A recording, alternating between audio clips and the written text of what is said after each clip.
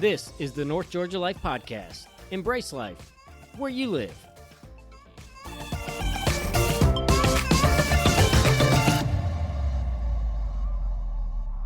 Welcome back to the North Georgia Life Podcast. This is Jake, your host. This is the first recorded episode of 2023, and we're starting off with a great one. This is going to be an organization in our North Georgia area, and actually a number of areas around the country, that a lot of people don't know is even there, and you need to know it's there, because whether it is your family or friends of yours, I can almost guarantee that you know a family that this could benefit from. And that's part of why we do the podcast, is we're giving you a place to connect with the people behind the organization, but also find out about what's there and there for you. So why don't we get started? We're here today with Linda Cosby from Angelfish GA Adaptive Aquatics. And I know that's kind of a mouthful, but it is an organization in our North Georgia community, but like I said, also around the country, that has a unique resource for really all ages. It's not age specific. So Linda, why don't you give us just a quick,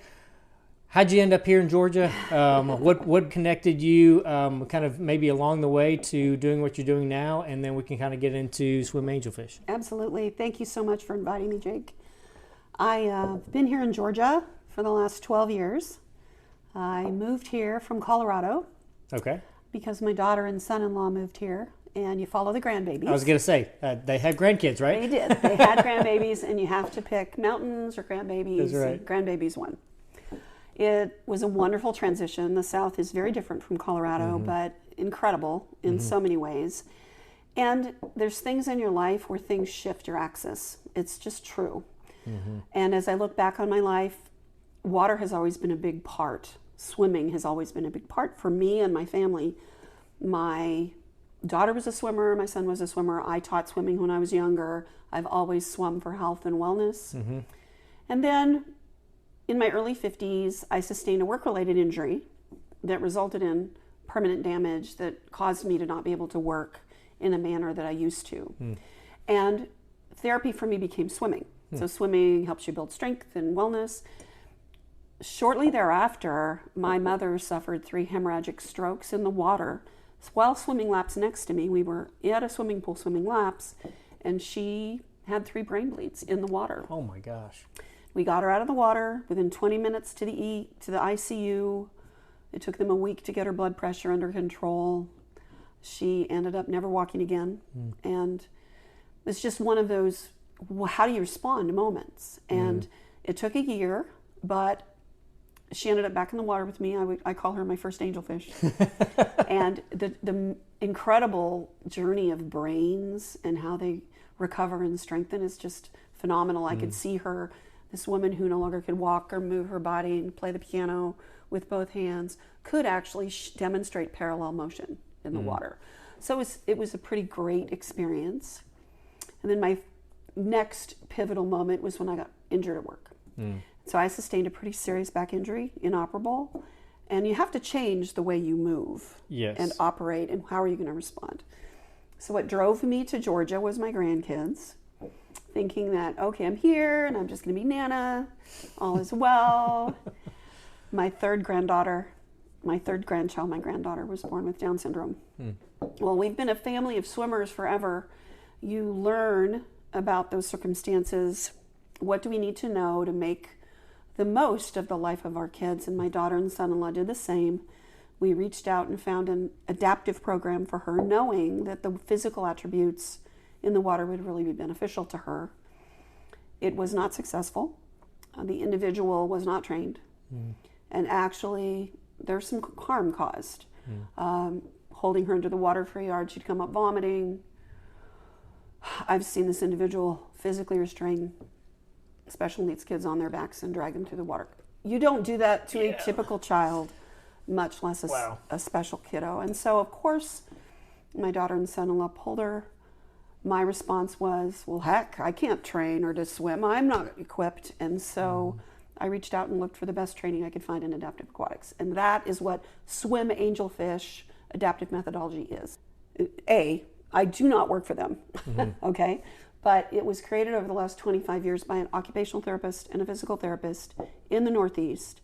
And they've created a unbelievable platform to teach swim instructors like me how to teach and work with kids with special needs. And so I took the training. I signed up another friend of mine whose son was 12 and also had Down syndrome. And we too launched Angelfish GA Adaptive Aquatics. We had 12 kids in the water. And by the summer, in January, and by the summer we had 100 kids in the water a week. We're up to 5 instructors. Holy cow. And we are full all the time. We are currently in partnership with Gwinnett County Aquatics. They're fabulous. 5 year-round pools in Gwinnett County. We are full at 200 kids a week right now. Oh my gosh. And with our current strategy of working with Gwinnett and absorbing ourselves into Gwinnett, it's going to expand our opportunity. We could hit 500 kids a week this summer. It's so important. Wow. We teach kids from babies who can't walk. We use the water as a tool to help them learn to walk. All the way up to adults. We actually created our own Special Olympics Georgia agency so that we can take racers to the Emory Summer Games. And along the journey, it is so incremental. As you know, Yeah. the steps that our kids follow are tiny little bits of roadblocks, little breakthroughs, little joys, little moments. But it's been unbelievable. Yeah. And the people that I've had the joy of working with have been phenomenal people. I can tell you the people that have done this and then moved on in their life's journey. Brittany is now a Scottish Rite NICU pediatric nurse. Sarah has now her master's in ABA therapy. Elijah is now studying and getting his master's in SPED at Vanderbilt University. Jacob is now working in nuclear mechanical engineering with the Army. And the current bench of instructors include the Hall County liaison for special needs families, who herself is a parent of 2 kids with special needs and 20-year SPED teacher. We've got an OT working towards her PhD in OT, who's one of our instructors, and she'll finish the next year and a half, but she wants to specialize in aquatics. So this is unbelievably important work, specifically because of the drowning statistics for kids with special needs. Yeah, and I was going to ask if you would share just that, because it was not, I don't want to say it was for us in the world we've lived in the last few years, it wasn't shocking, but I think for most people and just the general public, it's probably shocking. Can you share a little bit about that? Absolutely. You know, autism is on the rise. It is probably 50% or more of our swimming pool are kids on the spectrum. And the spectrum is real. It's in varied stages. I would say for the most part, maybe 95% of them also show sensory processing disorder or SPD. Water is a draw for our kids, especially kids who are sensory processing kiddos. They love the feel of the water. It's the input to the skin. The skin is the largest organ. There's hydrostatic pressure that's involved. If you watch kids at the water park, and frankly, Jake, we all look like we have autism at the water park. We're all splashing and spinning and cracking our arms. Well, all of those behaviors are because they're such sensory seekers, and it feels good. Now, add to that, when our kids learn to go under the water, you and I both know if we go and dive in the water and go down deeply, we'll feel pressure in our brains, right? Well, that pressure releases dopamine, which washes away the adrenaline that's bouncing around inside our kids' heads who have sensory issues. And so I want you to imagine, I'm a sensory seeker and I'm in the water and I go under the water and all of a sudden it's warm and it's quiet. I'm getting all this input to my body that I don't really understand, but it feels so good. And then I go deeper and my brain calms down because of the dopamine. And then I go deeper and more dopamine means I'm calming and regulating. Oh, this feels so good. And they stay down under the water. And what the body does when you're under the water for an extended period of time is you black out. And then our bodies are made to gulp for air. And if you're 10 feet under the water and you gulp for air, it is a 30-second drowning situation. And so the science behind what we do and how we do it is driven from the motive to get our kids to know how do they move in the water and where are they safe. Yeah. They are safe at the wall. There are stories out of our Swim Angelfish Founders playbook in the Northeast. I want you to imagine. You have a child who's a bolter, okay? It's in the winter, and you're in New York, and they're gone. And these are true stories. And they found that little guy 2 hours later in a closed swimming pool. But he was on the wall doing what he'd been taught through the Swim Angelfish methodology. He's doing choo-choo train along the wall. Choo choo, choo choo. Wow. He's freezing cold. His lips are purple, but he's alive. And so, first for us is safety. Be safe in the water. Be safe in the water. Teaching parents how to play with your kids. Use flotation, but be aware and have a strategy about it. But you can use it to provide an opportunity to swim and play, as long as you started out in a certain way and ended in a certain way. There is just so much that we can do for our kids to help them be successful. And I'm going to tell you, I don't care what they look like. I care that they can move from point A to point B. And then when you say to them, take side, they go there and they hang on to the wall and they know they're safe. So when you were working with your mom, that was before Swim Angelfish. Yes. So it was just me as a swimmer. It was just you just trying to help mom get some sort of mobility, heck, even change of scenery, just in the pool. Joy. And then you got connected to the Swim Angelfish founders. I think I saw online they're in, is it 20 states or 20 locations? They have 20 locations in the Northeast. Okay. However, I am one of their, quote, swim whisperers. I'm still struggling with that name because that whole other storyline. But we're over 500 strong worldwide who are certified swim instructors through the Swim Angelfish methodology. Gotcha. What's so exciting about Gwinnett County and the partnership with Gwinnett County is that now, after all these years, and we're upwards of 7 years now doing this in partnership with Gwinnett, they are so committed to this adaptive program that we are now absorbed into Gwinnett. And that means that I have the opportunity to develop and train more people and expand the reach and expand the opportunities for our kids to learn to swim and be safe. Yeah. We will take this summer to Emory at the Special Olympics, Georgia, over 50 racers. We are going to go into that pool as a force to be reckoned with chants and hollering and yelling. But along the journey, it's just so beautiful and so necessary, because at the end of the day, all I want is for our kids to enjoy the water. Now, the truth is, if I am a strong sensory-seeking kiddo on the spectrum, swimming could ultimately be the way they calm and regulate for the rest of their lives. With our other kiddos, my granddaughter with Down syndrome, after the initial trauma, it's taken 5.5 years for me to get that little one to start swimming on her own. Now, what else does Down syndrome offer or give us to work with? It's the same with other physical ailments. We're talking about cerebral palsy and Down syndrome and Dube-Q and mitochondrial disorder, and go down the list of all of the other things that can present in the water. It's not just cognitive impairment, which is the primary issue with kids on the spectrum. It's also physical impairment. And so what does it mean when you have developmental delay? What does it mean when you can't kick your feet from point A to point B, even on a noodle? It's so hard for our kids with developmental delay to get and develop that motor planning to be successful in the water. And so we have been taught through this incredible methodology how to modify and move forward. And we constantly are in communication with the founders. This isn't just a one and done kind of training program. It is a never-ending, ongoing training platform, and it's just phenomenal. Cindy and Aileen have also sent out there into the world free YouTube videos that you can access on the Swim Angelfish YouTube channel for parents who just want to know a little bit more. And there's a YouTube video about, so you want to do an adaptive swim team, or why does my swimmer swim this way? He has autism and sensory issues. Here's the equipment we use and why we use it. There's all of these free resources available for families, and I can't encourage everybody enough to do that. Yeah. Some of that is just worth its weight in gold by itself, even if nothing else. And my wife and I have said, Walker's teachers every year in school, we don't know how to help him. We know repetition is key. I mean, repetition is key for all of us, whether you're, developmentally normal or cognitively normal or not.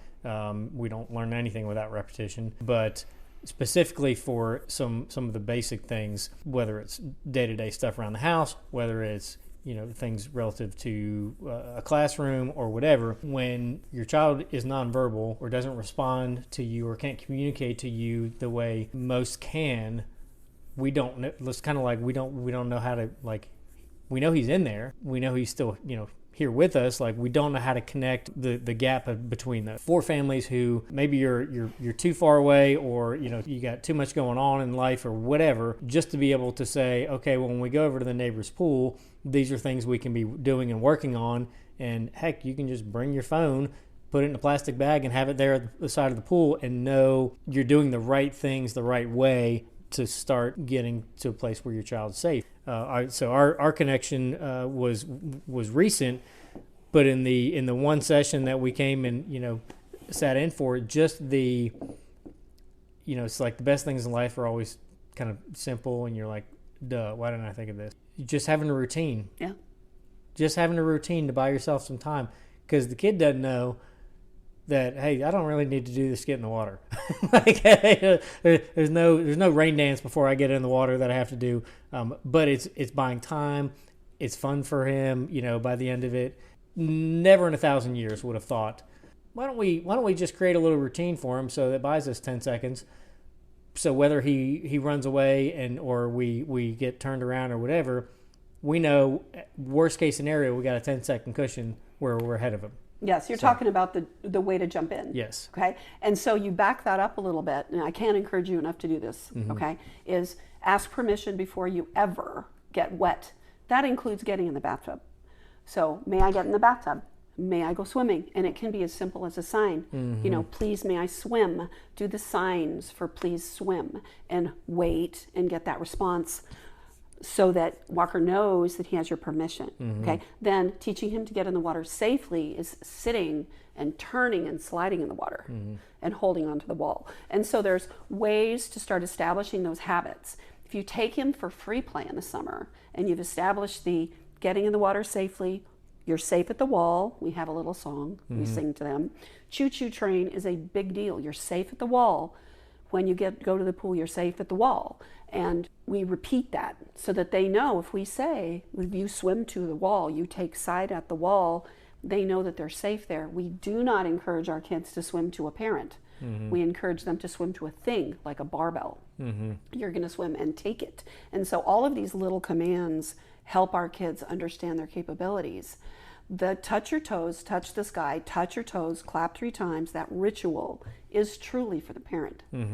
And that exactly as you described. And our kids that bolt, you can be walking in a park and they can find a lake. I have a little guy who swims with us. They drive in from Marietta, which is a good hour away. He has a dual diagnosis. He has autism and Down syndrome.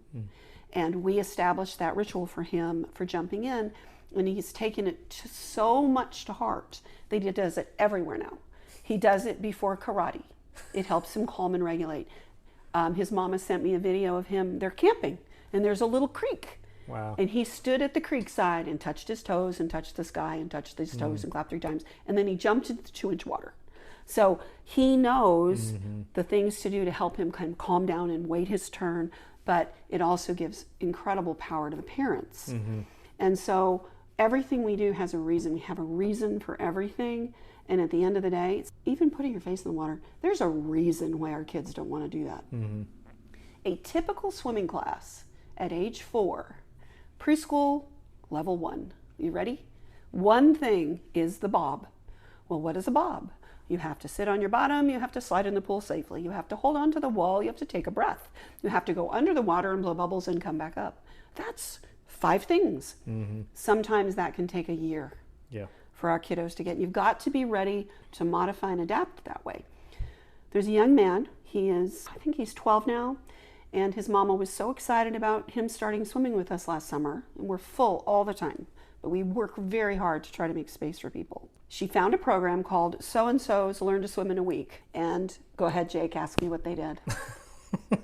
What did they do? They threw the kids in the deep end, and this little guy lost it. Wow. Of course.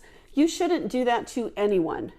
That on my Facebook page, I put up an old video of John Wayne throwing a kid. It was just, I went, oh, this is terrible.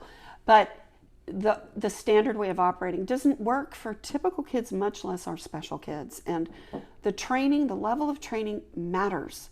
It isn't enough. Like I was Elisa's grandmother, of course, but I wouldn't dream for a minute that I could actually understand enough to help her be successful in swimming. Elise still, she's going to be turning 8 in April. She won't jump in yet. Okay? She is only now starting to put her face in the water. Okay? Patience. You've got to be willing to get the training, to do the training, to work with the kids, to individualize it, and to partner with agencies that want this. Right.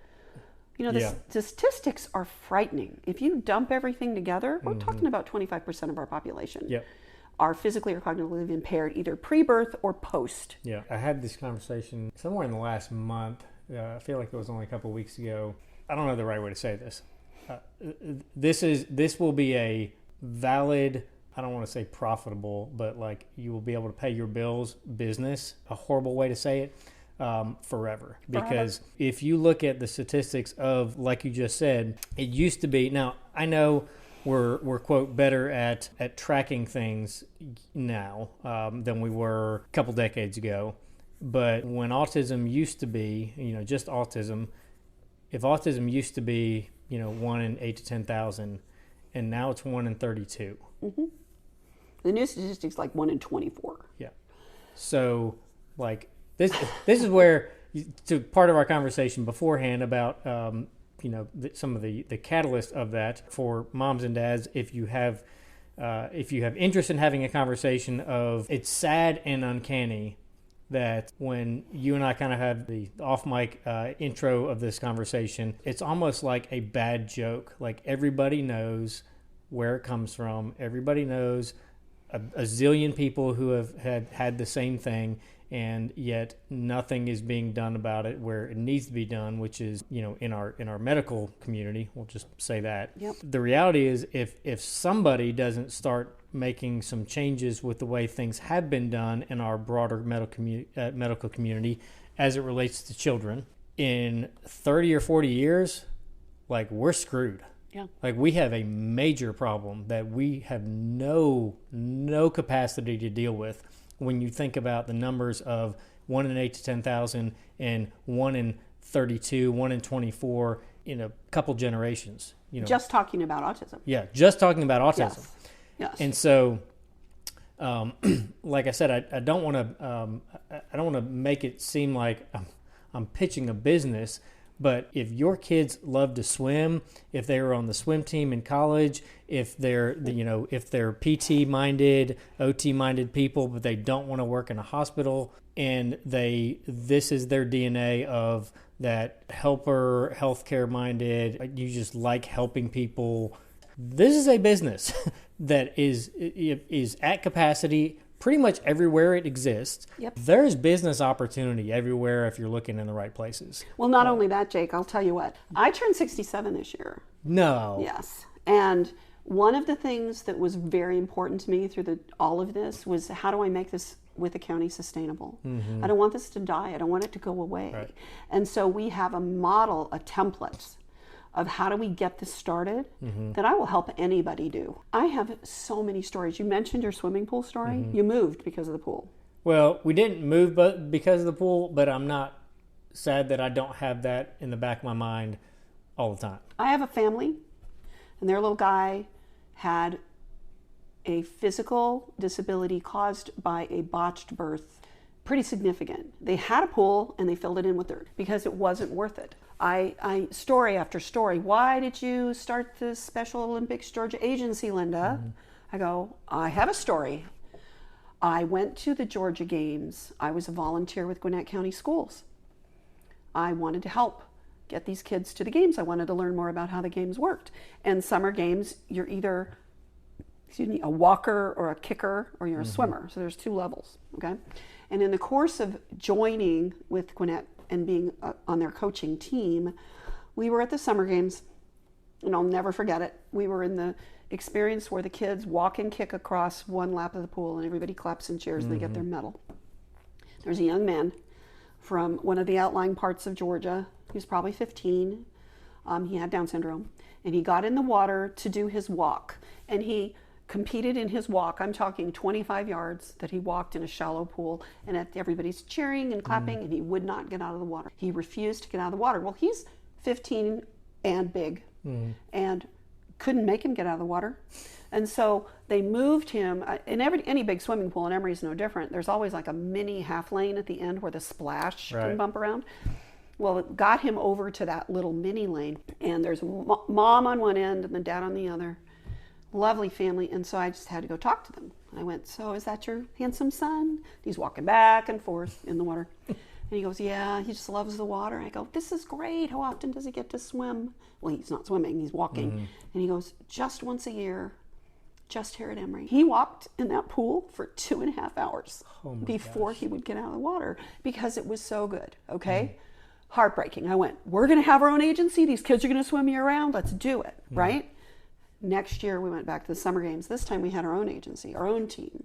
Now we're in the big pool, Emory, 10 lanes wide. Deep end on the end, diving well. 800 people watching and cheering and screaming, swimming, going, all of a sudden it stops. Swimming meet stops. And I look over the thing and I'm looking down at the lap pool and I see the same young man. And he's gotten in the lap pool and he's going across the lane rope, over the lane rope, towards the other lane rope, across the lane rope. Whole swimming meet stopped. He makes it to the deep end. It's probably 17 now, okay? He gets in the deep water. He's a sensory seeker. He is bothered by his swimming trunks, so he pulls them off. The lifeguards don't really know what to do. 5 lifeguards go in after him. He ends up strapped down to a backboard and dragged out of the pool naked. I am beyond that. It's unnecessary. Try. Get our kids swimming. Make them safe. Make it be an experience that gives them joy. Swimming, no, come on. We all look like we have autism at the water park. I was going to say, we all look like we're 4. We do. It's splash and crash and fun. But at the same token, there's such validity to it. And I just heartbroken. I actually tried to find him. I was prepared to drive to wherever. Yeah. But what's the dilemma? We're very lucky in our area to have the pools we do. Gwinnett County has some phenomenal facilities, 5 year-round aquatic centers, and we have access to all of them. And so when I say through the collaboration with Gwinnett, we are going to be able to hit 500 kids a week this summer, that's a real number. And that's going to help us make more and more kids safe. This is about safety. Yes, do we want them to swim with big arms? Okay, yes. Do I want them to kick with straight legs? Sure. What prevents a child with developmental delays from kicking with straight legs is the fact that their core is so weak. Watching our kids overcome these roadblocks, it's just so much fun. But the process that you do it with can take time. I was thinking through, and I've had several of the agents that I work with that kind of know our story have said to us what we feed Walker and what he eats is quite frankly better than, as far as nutrients and whatever, better than most adults, but certainly better than any child that they know of. And I told them, like, we knew when we started the journey that there's a gut-brain connection. His brain is not cooperating, it's not working right, and if we don't help his gut to heal, we don't have a chance. Correct. And so we had to make some hard decisions, and it's funny for us now because we look back and we're like we're so far out of the norm. But I share with them on what he eats, because like he'll have like a 12 ingredient green salad, crazy. And it was like, we had to start with nothing. And I need to do a like video series of how we went from the child who wouldn't, like most kids with sensory issue, they eat like 5 things. Yep. And they're usually not the most nutrient dense things. Chicken nuggets. Yeah, to go from there to a, we call it ish, or called it ish. He doesn't eat it anymore because we don't need to. But what looked like blended throw up, yeah, but it was vegetables, to now eating pretty much almost any vegetable. Doesn't really matter, texture, color, taste, like going from there. And I just remember when we started, and it was like, okay, we have to be okay with filling this bucket one drop at a time. You bet. And just being committed to, we're going to outlast him. Yeah. Because quite frankly, nobody really wants to eat healthy because junk food tastes good for a reason. There's a science behind that. There's a whole a science. Other conversation. That's exactly right. But we knew if we don't do this, like we don't have everything else we're doing is going to be fractionally successful, if that. Yeah. And so it was just, okay, we just got to outlast him. We got to go a little bit at a time, where some people want to make a transition in a week. I knew it's probably going to be 3 months before this one thing is not a fight every time. And so figuring out strategies to do that, figuring out, quite frankly, how to just trick him sometimes. And, if you're new or seasoned in the special needs, community of any sort, there are no big steps, I don't think. No. There's small steps. And there's nothing that's consistent child to child. Right. My child has autism, Yeah. so does mine. That doesn't mean you're in the same journey. Mm-hmm. I had lunch with a dear friend yesterday, and her son is now 20, and we caught up yesterday, and I looked at her beautiful face, and she has a scar on her cheek because of the aftermath of him losing control of himself. And the reality of our kids on the spectrum, once puberty hits, is massively larger. Mm-hmm. It's how do they handle all the influx of hormone? How does that translate into how they behave and how they act? There's new research. I don't know if you've heard of pandas. Actually, one of my instructors her son has that, and that's directly connected to the nutrition piece and all of the way that the body is fueled. We have done so much damage to our children in America, in American medicine, in American health, over how we prepare food and cook food and eat food, and how we package vaccines, and how we push towards pharmaceuticals and aggressive intervention for medical need. I did not share, but I will. My oldest grandson was born with some physical anomalies that resulted in him needing to have surgery to connect his trachea to his stomach after he was born. And that then resulted in him being tube fed for 1.5 years to get nutrition. Wow. Okay? The solution for children who are averse to eating, if you do research, and the center in Atlanta that starts with an M is one of the big ones, is their therapy program is force feeding kids. It's literally forcing them to eat until they throw up. Ugh. And so in my daughter and son-in-law's effort at trying to find alternatives, there's a program called Spectrum Eating that came out of Germany. Europe is much more progressive in terms of how they view medical intervention. And this physician was researching, why do our kids who are tube fed lose their ability to feel hunger? And so this doctor had somebody put an NG tube in his body.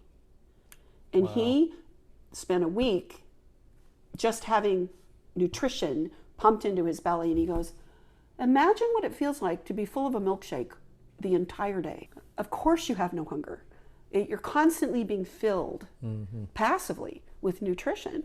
And so their program is about systematically reducing the amount of nutrition so that it kickstarts the hunger process.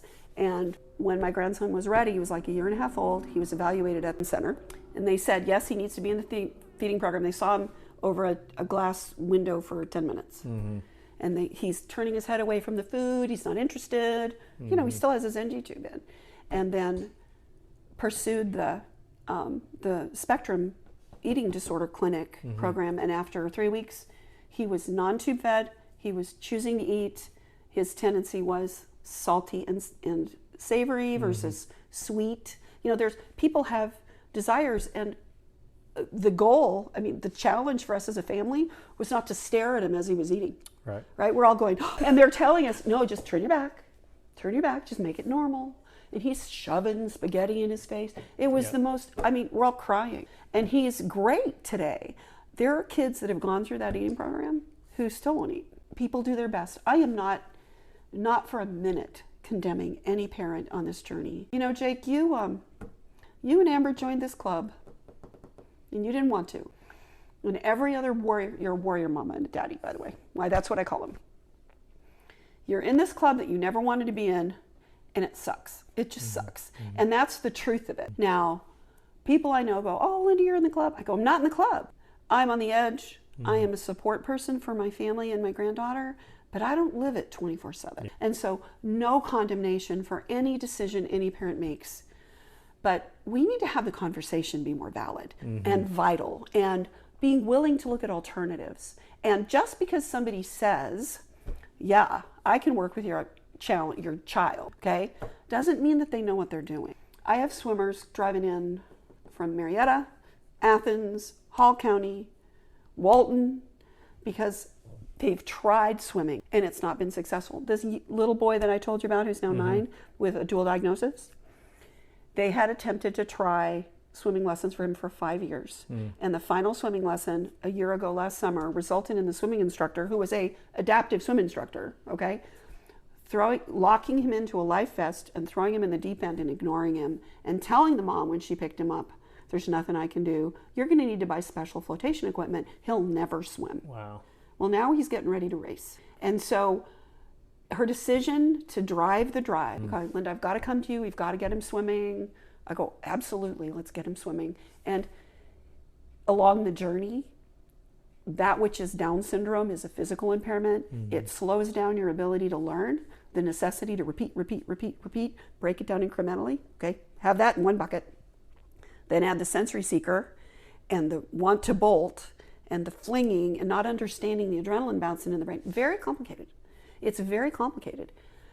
You have to have a ritual and a routine so that they're comfortable with what they're doing in the water and then recognize what the roadblock is. All these things have science behind them. And we have a lot of fun along the way. But also, to your point, I cannot say this enough, worthwhile work changes you as a person. Yeah. And to anybody listening who's interested or thinking about doing this, do it. It will change your life. People look at kids with special needs as if they're lesser. And I look at them differently. Yeah. You take a child who's nonverbal, okay, they're supposed to have 5 senses, they have 4. That means the 4 are greater. We have lots of nonverbal swimmers. We have swimmers who we use visual schedules with, or pick boards, or whatever they need to understand the routine, and they understand every word we say. The journey's just different. Not to beat a dead horse here, but if you or a family member or a child, quite frankly, doesn't know what you want to be when you grow up, I'm telling you, in 50 years, we will all need to drink water, and this will be around. What better way to have a life that's worth living than to be doing this on the regular? I'm telling you, this is a business. There is a need that will make sure that you have food on your table in the next 50 years, because it is such a short supply of needs. And for people who are involved in our municipalities or places like the YMCA's or around or whatever, where you have an inside pool, and quite frankly, if you're looking for ways to boost your membership or your exposure in the community, this isn't a bad idea. So, but same things with universities. I mean, really, if you have an indoor pool that could accommodate this, you will have a wait list. Oh my gosh. And you will have, if you need good press, you will have good press. If you need more connections in the community with your community, like, this is a great way to start that. All got kind of getting back to, this is a huge just life risk. I mean, as hard as this journey is, like you said, if the journey was cut short by a child getting out of sight for 8 seconds, finding water, not knowing how to interact with the water, and you had spent all the time, energy, money, resources leading up to that point, whether they're 4 or they're 24, and that happens, and something as simple as this could have prevented it, like, wouldn't you want to know about that? The flip side of that is, if that's not you, I can guarantee you know someone that this will benefit or that needs this desperately, because it's such a growing part of the population and it's such an underserved thing. So if someone, so you alluded to this earlier, if someone is like, this sounds like really an amazing opportunity to impact the community, families' lives around, how do people get started? Great question. I love it. It's going to sound really simple initially, but you have to be able to swim. You have to know how to swim. You have to be unconsciously competent as a swimmer. You really do, because there have been times in my swimming journey doing this where I've had to do some lifeguard rescues. You have to be aware of that. And so you can't teach, isn't that true of anything? Yeah. You can't teach the piano unless you can play the piano. So number one, you have to be a swimmer. Number two, if you are in the area, if you are in North Georgia, if you are in Gwinnett County, this is an open offer with Angelfish Georgia Adaptive Aquatics, now Angelfish Gwinnett Adaptive Aquatics, so that you can come on and be in the water with us and see what it's like. I couldn't encourage it enough. You've got to, I'll actually call it like a water interview. How do you look at what we do? We talk about what we do. You see the kids, you see how they respond. We also work, and I'm looking forward to it with you, Jake, we work with parents to teach and show them kind of the strategies with their own kids. But step one is to learn how to teach adaptive aquatics. You have to know how to swim. Number two, get a taste for it if possible. Number three, learn how to know, you need to know how to teach typical kids to swim. And there's multiple different strategies to do that. Red Cross has a WSI course. Starfish Academy is another one. Gwinnett County uses Red Cross WSI, water safety instructor courses. We are all ex-swimmers, lifeguards, swim team people, Red Cross WSI. It's a platform of, okay, this is your bedrock of knowledge. And then we add to that the swim angelfish training. Do you have to do that? No.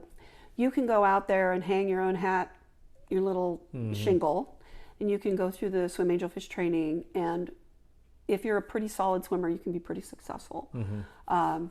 The training that you get for adaptive aquatics breaks it down so incrementally that you can be very, very, very successful.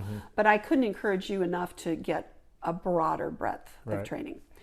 So if you're not in the area, Cindy and Aileen, who are the founders of Swim Angelfish, have started doing like area-wide intern times with them, where they'll come to an area that they're going to Colorado at the beginning of February, and they're going to do okay, if you're a swim whisperer level 1, like I'm the highest level of swim whisperer within their training, and I continue to get more and more training. If you're at least a level 1, you can go to their workshop in Colorado at the Broadmoor when they're out there for the Aquatics Association professional meeting in February. So they're always around trying to grow the awareness of the brand. You can also, again, go to those free YouTube videos and just get an idea. How do I say this without sounding really rotten? Before my granddaughter was born, I ran restaurants for 40 years at all sorts of levels, and had, if you stuck all my like little titles together, it'd be this huge alphabet that include construction and development and training and HR, blah, blah, blah, blah, blah. And what I loved about the business was that I could influence people. I mean, so my love of people was in there. And I was aware of individuals with special needs all the time. And we would hire some here and there, but for the most part, that was not a common thing. With Elisa's birth, that changes everything. It changes the way you view the world. And so you have to decide if you want to. You know, you have to want to. Is it easier to teach a typical kid to swim? Absolutely. We swim with siblings for free. Okay, ask me the story. Ask me the story. Tell me a story about siblings. Okay. I was in the water with a special little guy who was 2, and he has a disability that is both cognitive and physical, that if I was going to give you a general description of it, I'd call it Down syndrome on crack. So much more cognitive impairment, so much more physical impairment, sensory seeker. This little guy was just a toughie. You know, we had to get him moving in the water, and his little big sister was sitting next to me as waiting for him to be done, and she turns to me and she says, "Oh, Miss Linda, I wish I had special needs so I could have all the fun stuff that Bobby gets." And she was talking about OT, PT, speech therapy, swimming. I went, "That's it. You get to swim with him." And so we developed this sibling swim for free. Parents have to come in the water so that we can go, "Okay, do this with Reagan," right? Here's some tips and tricks to help her swim, because she's going to pick it up much quicker, and we're focused on Bobby. And that is a platform we use all the time, free. There is truth to siblings feeling, oh wow, this is a lot. And God bless families that have siblings. You know, my granddaughter has 2. She has an older brother and an older sister. And I'm so grateful that she has them, but I know families that don't. And it's scary. The connection within the families in our organization is massive. I launched a website during the pandemic because I was bored, and its purpose... It's more constructive than what most people did. But the purpose behind the website isn't about selling swimming lessons, because we don't have to. We're full all the time. I have about 250 people on a wait list right now. Wow. Growth happens through the development of new instructors. It takes 3 to 4 months to become an instructor. Okay, with that said, this website exists for information. And so there's funding and resources page, there's how are we trained, there's testimonial stories, here's the No Limits Triathlon. We also do an adaptive triathlon that I hope Walker gets to compete in May. Woo-woo! Because we can get anybody across a pool. It's fabulous. We do those twice a year. The other thing I want to mention for anybody any family on the spectrum is connect with Spectrum Autism Support Group. They're a phenomenal group. They're a phenomenal group of people. They are chaired by a woman whose own son had autism. They provide camps and summer camps and respite. Tons of information. We partner with them in the summer, and we put on the world's largest adaptive family swim party, where last summer about 350 people showed up to Collins Hill Park Aquatic Center and swam for free. And we just had a blast. And Let's Talk Therapy came and set up a sensory room if the kids needed to take a break. And we had the outside water park and the inside pool, and we just had a blast. And so that's another commitment that Gwinnett made. It's about what really matters to our organization. And Gwinnett County is so committed to equal access, opportunity and access for individuals of all abilities. It's everybody is welcome. We will make a place for you. And that's not just in aquatics, but it's also they're working to try to expand even their regular summer camps to include some adaptive support. I could tell you stories for hours. So it's good lead in. Okay. This is an unfair question. Okay. Is there a favorite memory, best moment, or if maybe one of the first and maybe one of the more recent things? Okay, well this is an example of how important proper training is and why it's important to be aware. There was a little girl on the spectrum. One of the known roadblocks that we have is called don't touch me. There's a reason the kids don't want to be touched. You have to respect that, okay? Well, this little girl had spent a year with the other person who physically restrained her and held her. Okay, so a year later, Grandma brings her back in the water, and I arranged for another instructor, Holly and I, to get in the water with this little girl. She's about 7. We had this fabulous lesson. Jake, we had this fabulous lesson. She was getting it, starting to move her body. We never touched her. We're talking to her. We're doing all the visual schedules. It was great. And then at the end of it, I'm a hugger. I was so excited. I reach around and I touched her on the shoulder, and she whipped her head around and cracked me in the jaw so hard I split a molar. Oh, gosh. That's how hard she hit me. It was my own fault. I knew better. Don't touch me means don't touch me. And you have to respect that, right? What is she doing now? She's swimming at a competitive level. Wow. And it's just about recognizing what those roadblocks are, respecting them enough to know that they're real, and working through those obstacles. Okay, my favorite memory? Okay, it's Elise, my granddaughter. She is now, and individuals with DS often are very wanting to be the boss. Yes. I do it, right? I do it. Well, Elise has mastered entering the water safely, choo-chooing down the wall, doing tricky train, coming back, and swimming with flippers. And flippers are a big deal to her because of her hypotonia and her hips rotate outward. When you take flippers off our kids with Down syndrome, their hips are basically outward and they're kicking in a kind of crooked way, and it's not very powerful, okay? But she can swim up with flippers, and so now my favorite memory is she's the teacher. She tells me what to do, and then we do it. She tells me that we're gonna do this now. Okay, Nana, let's go. And then I remind her of our routine and how she needs to swim from the wall. Okay, choose. And I'll say, go get it. Go get that barbell. And if I touch the barbell, she goes, don't touch it. Don't touch it. And so I let it go, and she'll take herself off the wall, and she'll swim to the barbell, and she'll grab it. And then when she's ready, because choice matters, swimming back. She got to compete in last fall's triathlon, the No Limits Triathlon. It was so great to see her. And endurance is a thing. We'll do that with Walker too. He's got to learn to swim a lap, right? But we'll zigzag it, wall to barbell to wall to barbell to wall, to build up his endurance and build his confidence in the process. And so she swam her way in the triathlon, and then she's not riding a bike yet. Shout out to I Can Bike coming to Gwinnett. There's a nonprofit launched by one of our swimming families called the Guide Project. And Dan and Stephanie Cheney have launched this nonprofit because they want to bring I Can Bike to Gwinnett again.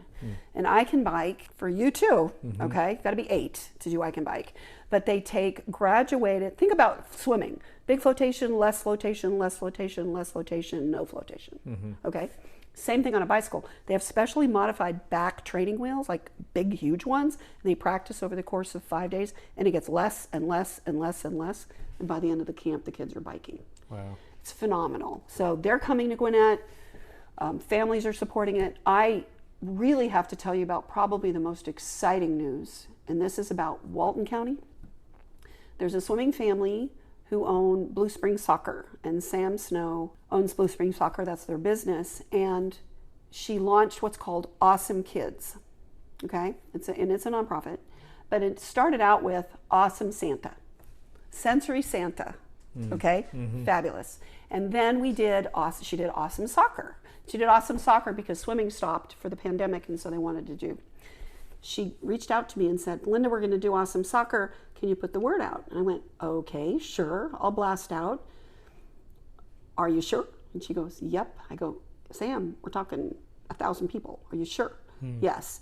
So she says, I'm expecting 20 kids. Okay.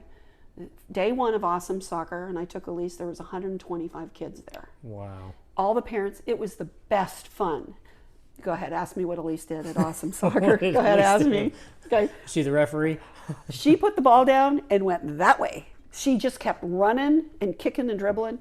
And so I found myself just chasing her for an hour. It doesn't matter. Yeah. Did some of the kids get some soccer skills? Sure. Fabulous. So now, down in Walton County, there's a family who is donating 18 acres of land to Awesome Kids that we can do anything we want to with. And the plan is that we're going to build first a community center. Phase 1 is a community center with a gym, office, locker rooms, pool that I get to stipulate kind of what it looks like. Phase 2 is going to be a climbing wall, outdoor climbing wall, a community garden, and a sensory like splash pad and playground. Phase 3 could include trails through this 18 acres. We could host a hippo program, which is horseback riding. And then we're already in contact with 2 families to create a employment opportunity for our kids as they get older. One of them is food related. Yeah. It's actually Dan Chaney's from New York, and he's a pizza guy. He wants to create this platform to teach our kids how to make pizza and be successful. And then another gentleman, Grumpy Monkey Garage down in Monroe, his wife is on the spectrum, and he is so passionate about it. He wants to teach kids who are older how to do lubes and change tires. And can you imagine? It'd be like an adaptive community without housing. That's my thinking. Yeah. With places for schools to do after school programs, huge. And so there's all these things out there for becoming an adaptive instructor. There's a program right now through Swim Angelfish that scholarships more than 75% of the cost of the certification. Wow. It was launched by a family in Michigan whose little guy almost drowned. He had Down syndrome. Went into the lake, was wearing a life vest, but because of Down syndrome and weak muscle tone, that's hypotonia, all over your body. That's why the tongue is out. Kids with Down syndrome don't stick out their tongues because they're rude. They stick out their tongues because of muscle, and it's harder for them to pull their tongues back in. Okay? Well, imagine that in your whole body. So he's on his belly in the water, but he doesn't have the core to roll over to breathe. That's terrifying. Yeah. And so they reached out and got a hold of Cindy and Aileen. Cindy and Aileen went to Michigan from the Northeast to work with this little guy. They then launched a 501c3 whose specific purpose is to help fund the ongoing training of adaptive instructors through scholarshiping. So, again, maybe an unfair question. You've been doing this 8 years. 8 years. If you could go back in time to 8 years ago, anything that you would change in terms of, man, I wish I'd learned this sooner. I would have not done this, gone down this route at all. Like, just kind of a experiential wisdom. While it's not been, a lifetime, 8 years isn't a short time either. So, at the beginning of our conversation, I mentioned that I got hurt, and I came here to Georgia after. So I was under disability, okay, at the initial creation of Angelfish. I was also fueled by some incredible righteous anger because of what happened to my granddaughter. And so my platform was always, I'm going to pay my people really well because what we do matters. And I didn't care if I made anything. So my pearl of wisdom is recognize that you have to build a business model that's going to support you well. I mean, I was very fortunate that I had disability for myself so I could invest my time accordingly. And not everybody has that. Right. So again, the nugget is, you know, and I was a business person forever.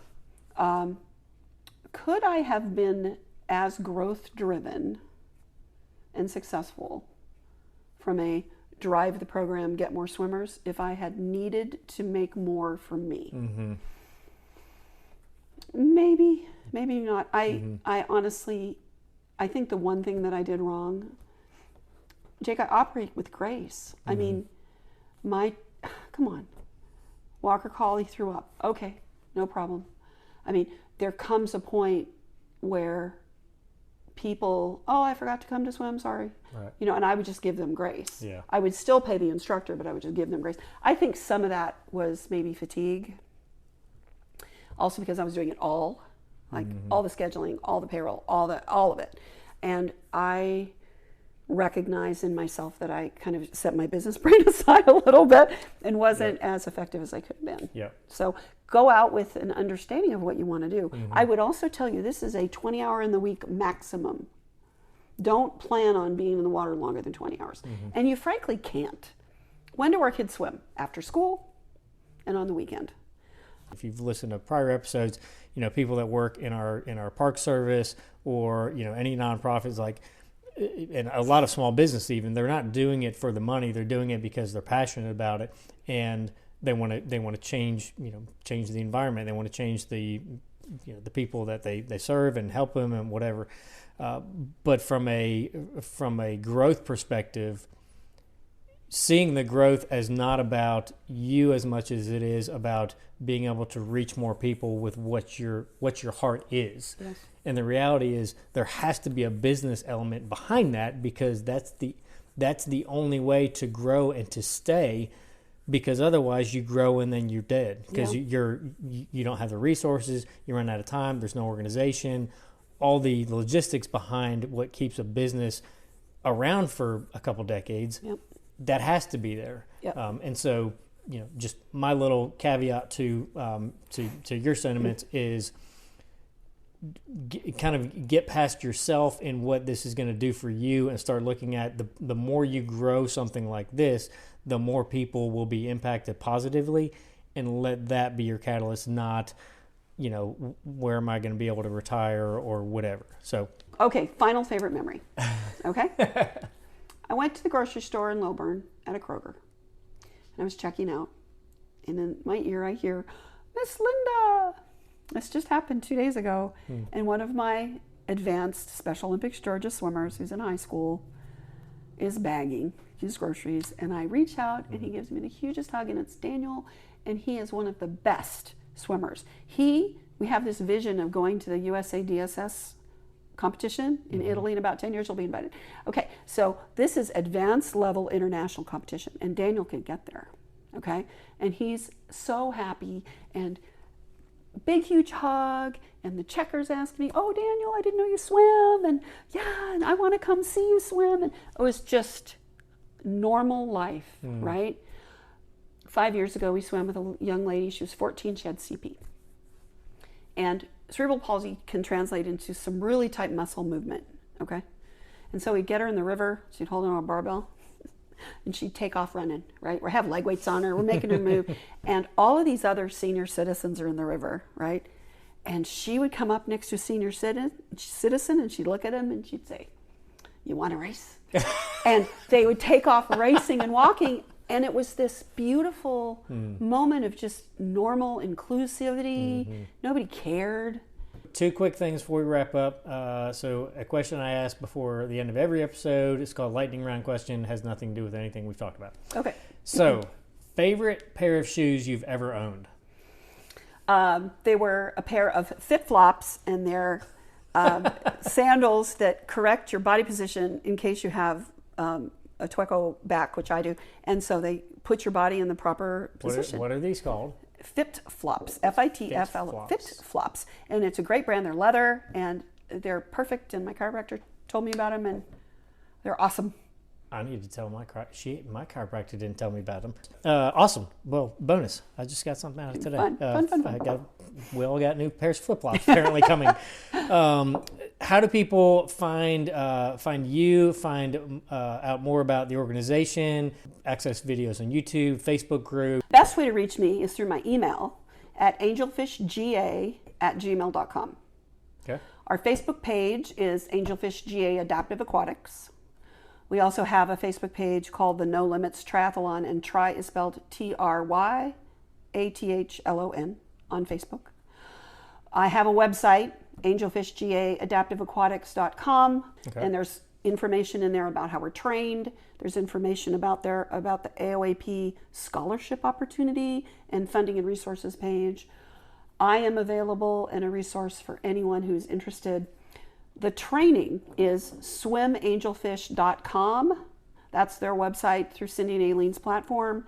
And if you go there, you'll see a huge website about their whole business, but there's a link to click on to be trained and certified. Okay. Yeah. And that will also link you to find an adaptive instructor in your area. And Awesome. they have a world map. Wow. That you can click on an area and you can find a swim whisperer. We're swim whisperers.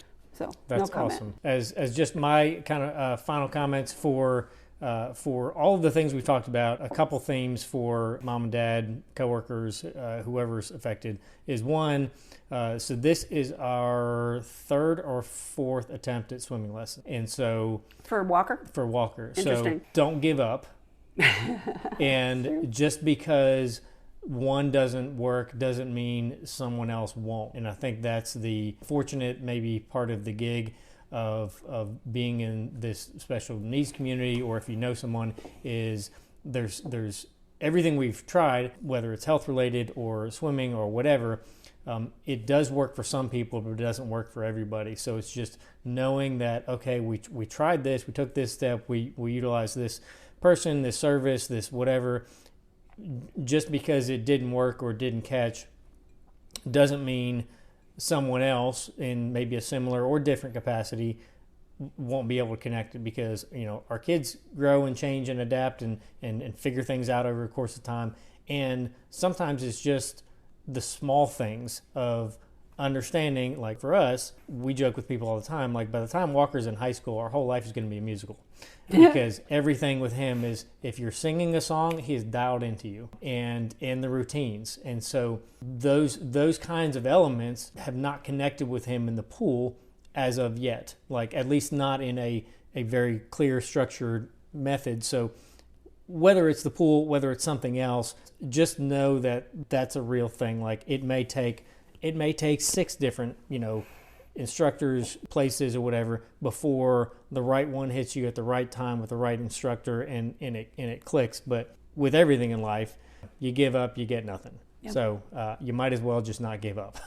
So, well, Linda, thank you for your time. You are welcome. Sharing your story, sharing your heart. And there's anybody that needs more information beyond what's here or has any problems connecting, you can always email us through the podcast and we'll get you connected.